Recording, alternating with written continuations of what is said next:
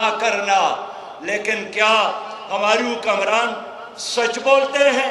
عوام کو دھوکہ دینا، عوام کے ساتھ فراڈ کرنا، عوام کے ساتھ ہاتھ کرنا، کہتے ہیں یہ یو ٹرن ہے، اور یو ٹرن لینا بڑے لیڈر کی نشانی ہے۔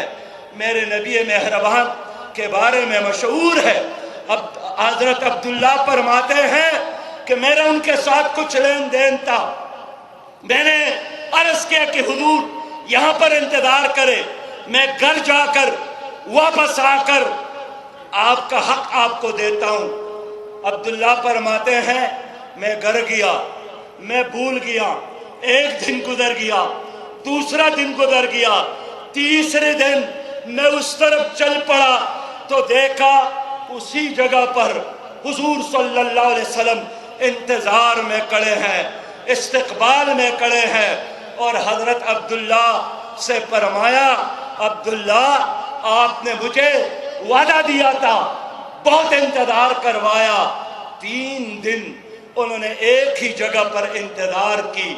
ہماری حکمران کہتے ہیں رات گئی بات گئی، میں نے کل بات کی تھی، آج اس کی کوئی حیثیت نہیں ہے۔ آپ اس موجودہ حکومت کے وعدوں کو اٹھا کر دیکھ لے، انہوں نے کہا تھا ہم عوام کے ساتھ سچ بولیں گے، انہوں نے کہا تھا میں کبھی جھوٹ نہیں بولوں گا، انہوں نے کہا تھا مدینہ کی اسلامی ریاست ہوگی، انہوں نے کہا تھا وسائل کا منصفانہ تقسیم ہوگا، انہوں نے کہا تھا میں IMF سے قرضے نہیں لوں گا، انہوں نے کہا تھا خودکشی کروں گا لیکن IMF کے دروازے پر سجدہ نہیں کروں گا۔ لیکن آج 2 سال گزر گئے، ہمارے وزیر اعظم ہے IMF کے دروازے پر اس طرح سجدہ ریز ہو گئے ہیں کہ اب سر اٹھانے کا نام ہی نہیں لیتا۔ میں اور مشتاق بھائی دونوں سینٹ میں ہیں، جب ہم پوچھتے ہیں کہ یہ جو آپ قوانین بنا رہے ہیں کیا اس سے ہمارے عوام کو کوئی فائدہ ہوگا، کہتے ہیں کہ نہیں، یہ تو میں یہ قانون لا رہا ہوں IMF کے کہنے پر، ورلڈ بینک کے دباؤ پر، اور قوم کو آگاہ ہونا چاہیے کہ پیپل پارٹی اور مسلم لیگ نے FATF کے تمام قوانین کا اسی طرح ٹپا لگا کر ساتھ دیا، آنکھیں بند کر کے ساتھ دیا جس طرح PTI نے ان قوانین کو منظور کیا، اور عملی طور پر یہی پیغام دے رہے ہیں کہ امریکی جھنڈے تلے، امریکی جھنڈے سائے تلے، یہ تینوں ایک ہے۔ اس لیے میرے پیارے بھائیوں، یہ غلام ابن غلام ہے، یہ مسلط شدہ لوگ ہے، یہ ایک سٹیٹس کو کا تسلسل ہے، یہ ایک ہی دروازے کے سجدہ کرنے والے لوگ ہیں، یہ ایک ہی در کے فقیر اور ملنگ ہے۔ ان کا قبلہ مدینہ منورہ اور مکہ مکرمہ میں نہیں ہے، ان کے محبتوں کا قبلہ آج بھی واشنگٹن ہے، اسی کی طرف دیکھ رہے ہیں۔ میرے نبی مہربان نے یہی فرمایا کہ جس نے میری امت کے ساتھ بے وفائی کی، غداری کی، ان کی امانتوں میں خیانت کی، وہ مجھ سے نہیں ہے۔ آج ایک مشیر نے استعفیٰ دیا اس لیے کہ اس مشیر پر سوالات اٹھائے گئے، اس مشیر پر اعتراضات اور اسناد کے ساتھ بات کی گئی، اس نے استعفیٰ دیا۔ تو بجائے اس کے کہ وہ عدالت میں جاتے، صفائی پیش کرتے، اور جس صحابی نے ان پر الزام لگایا ہے اگر الزامات غلط ہیں ان کو عدالت میں بلاتے، لیکن نہ عدالت کا رخ کیا، نہ کمیشن بنایا، نہ قوم کو مطمئن کیا، اور صرف چینل پہ آ کر کہا کہ مجھے یہ اعتراضات قبول نہیں ہے۔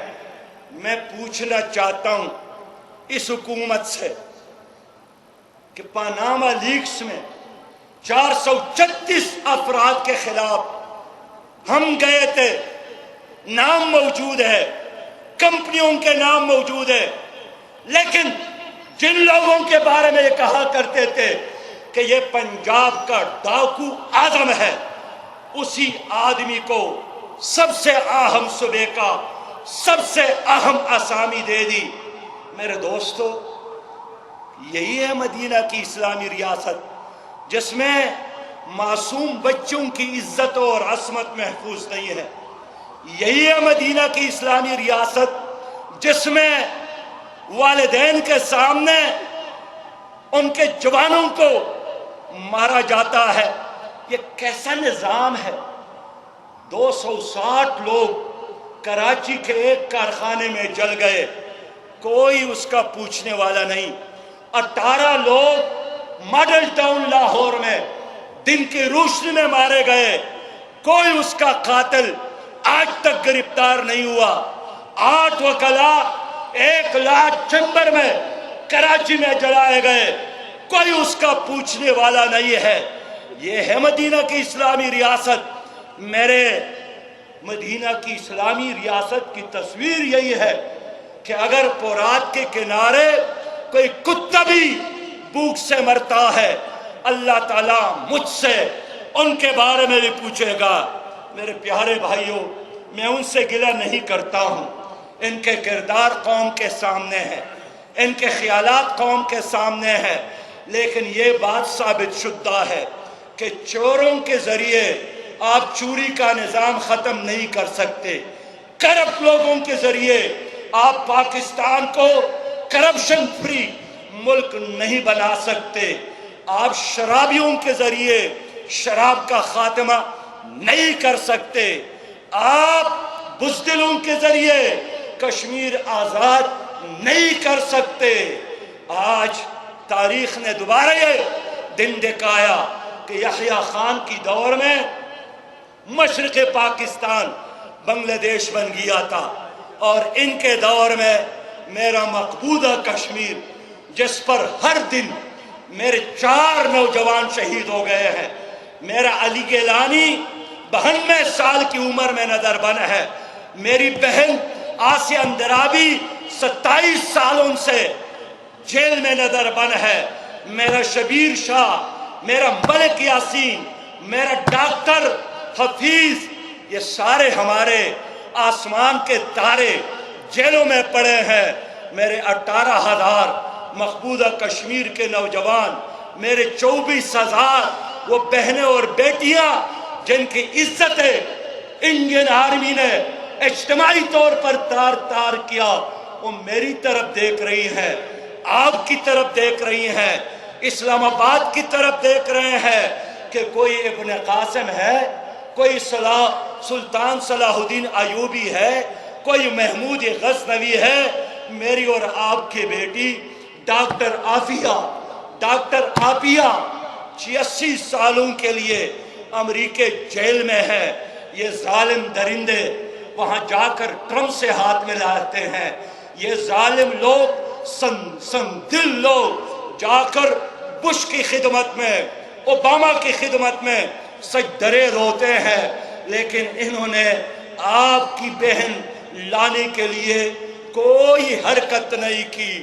میں عوام کے پاس آیا ہوں، میں نے اپنے آنکھوں سے اور میں نے اپنے کانوں سے سنا ہے وہ پیغام جو ڈاکٹر عافیہ نے، آپ کی بہن ڈاکٹر عافیہ نے اپنی ماں کو بھیجا تھا کہ میری ماں، اگر میری موت واقع ہو جائے میرے لیے نہ رونا، لیکن میں قیامت میں نبی مہربان صلی اللہ علیہ وسلم کے قدموں میں بیٹھ کر ان پاکستانیوں کے حوالے سے حضور کی خدمت میں مقدمہ درج کروں گا کہ یہ وہ لوگ ہیں جو بہن پروش تھے، یہ وہ لوگ ہیں دختر پروش تھے، یہ وہ لوگ ہیں برادر پروش تھے، یہ وہ لوگ ہیں وطن پروش ہے۔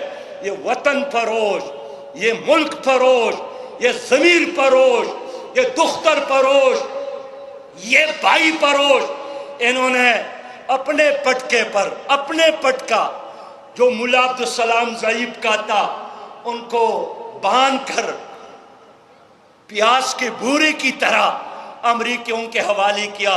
اور عبدالسلام ضعیف فرماتے ہیں کہ جب پاکستانیوں نے اسلام آباد کی ایئرپورٹ پر مجھے حوالے کیا تو امریکیوں نے میرے جیب سے قرآن کریم نکال کر بسکٹ کے ڈبے کی طرف پھینکا، اور یہ بزدل مجھے یوں دیکھ رہے تھے، کچھ نہیں کر رہے تھے۔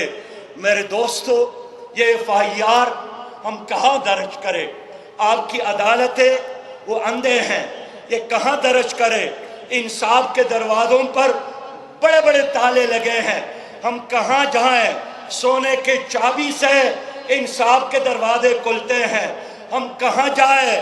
آپ کی حکمران اللہ سے نہیں ڈرتے، امریکہ سے ڈرتے ہیں۔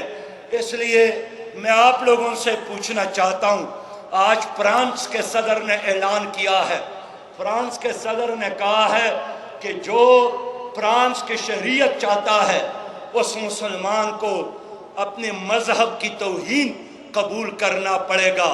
یہ دہشت گردی نہیں ہے، یہ بنیادی انسانی حقوق کے خلاف ورزی نہیں ہے، یہ اقوام متحدہ کے چارٹر کے خلاف ورزی نہیں ہے، یہ OIC کے چارٹر کے خلاف ورزی نہیں ہے، یہ سلامتی کونسل کے قوانین کے خلاف ورزی نہیں ہے۔ لیکن کون ہے اس دنیا میں جو فرانس کے صدر کے آنکھوں میں آنکھیں ڈال کر اس کے ساتھ بات کرے کہ آپ دنیا کا بادشاہ نہیں ہے، یہ دنیا ایک نظام، ایک قانون، ایک ضابطے کے تحت ہے، آپ کو بھی اس نظام اور قاعدے کے مطابق رہنا پڑے گا۔ آپ کی بھی سفارت خانے ہیں، فرانسیسی ساری دنیا میں موجود ہے۔ میرے دوستو، آج ناموس رسالت کی بات ہے، کیا آپ کے قانون میں 295C کا دفعہ نہیں ہے جس میں ہر اس آدمی کے لیے موت کی سزا ہے جو حضور صلی اللہ علیہ وسلم کی شان میں گستاخی کرے؟ لیکن مجھے کہتے ہیں کہ لوگ 295C کا غلط استعمال کرتے ہیں، اس لیے اس دفعے کو ختم کرنا چاہیے۔ میں ان سے پوچھنا چاہتا ہوں کہ کیا 307 دفعے کا غلط استعمال نہیں ہوتا؟ کیا 302 دفعے کا غلط استعمال نہیں ہوتا؟ کیا دفعہ 144 کے غلط استعمال نہیں ہے؟ کیا دہشت گردی کے جو دفعے ہیں 788 کیا اس کا بار بار غلط استعمال نہیں ہوتا؟ یہاں ٹرانسفارمر کے لیے لوگ نکلے تھے، مجھے یاد ہے ٹرانسفارمر خراب ہوا تھا، اس کے لیے لوگ نکلے تھے، پولیس نے ان کے خلاف بھی 788 کا دفعہ لگایا۔ تو آپ ان دفعات کو تو ختم نہیں کرتے، لیکن دشمن کے کہنے پر اب کہتے ہیں کہ 295C کا خاتمہ ہونا چاہیے۔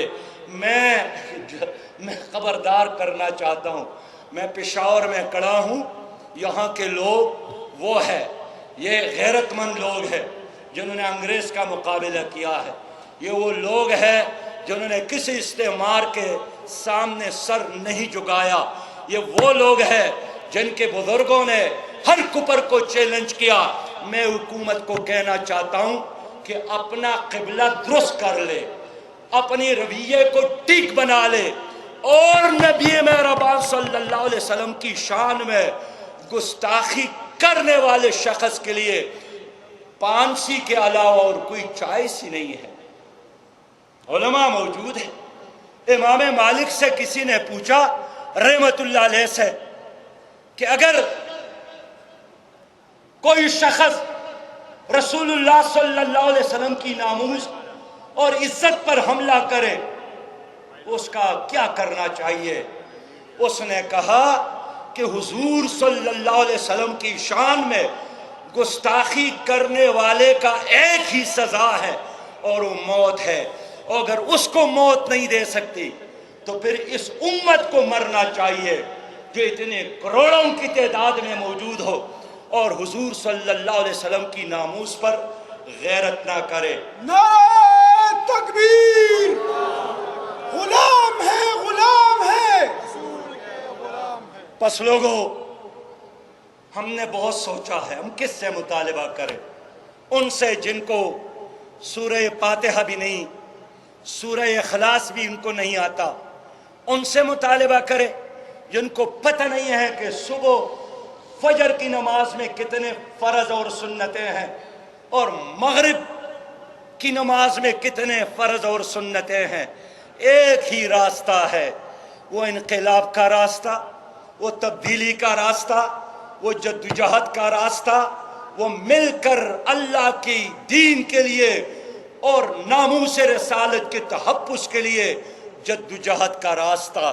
لہذا میں نے اپنے بھائیوں سے مشورہ کیا، یہ تحریک ہے، اس کو ختم نہیں ہونا ہے، یہ آخری جلسہ نہیں ہے، اور ہم نے طے کیا ہے، آپ سے بھی مشورہ کرتا ہوں کہ نبی مہربان صلی اللہ علیہ وسلم کی ولادت کا دن 12 ربیع الاول آنے والا ہے۔ میں نے پنجاب کے لوگوں سے مشورہ کیا، وہاں بڑے بڑے درباروں کے وارثین کو بلا کر ان سے بھی مشورہ کیا، اور انشاءاللہ 12 ربیع الاول کو میلاد النبی ہے، اور نبی مہربان صلی اللہ علیہ وسلم کی ولادت پر شکر ادا کرنا، اللہ تعالیٰ کی کبریائی بیان کرنا، یہ ہم پر لازم ہے، لیکن یہ شکر الفاظ کے حد تک نہیں، یہ غلامان مصطفیٰ اور عاشقان مصطفیٰ سے یہی تقاضا ہے کہ شکر الفاظ کی بجائے عمل کی بنیاد پر اس ملک میں نظام مصطفیٰ کے لیے کام کرنا ہے۔ تو لوگوں سن رہے ہیں میری بات، 12 ربیع الاول سے ہم اس ملک میں نظام مصطفیٰ کے لیے تحریک شروع کر رہے ہیں، سود کے خاتمے کے لیے، جھوٹ کے خاتمے کے لیے۔ تو کیا آپ اس تحریک میں قربانی دینے کے لیے تیار ہے کہ نہیں ہے؟ اور پشاور کی بجائے میں آپ کو اسلام آباد بلانا چاہوں تو گاڑی نہ ہو تو پیدل بھی آنے کے لیے تیار ہے کہ نہیں ہے؟ لبیک لبیک میں امید رکھتا ہوں کہ ہمارا یہ پیغام ہر جگہ آپ پہنچائیں گے۔ منگلے ونیو پدی نیو چی تاوان دے پکے، سنتم وردانگو چی خبر سو چی جانان دے پکے۔ السلام علیکم ورحمت اللہ وبرکاتہ۔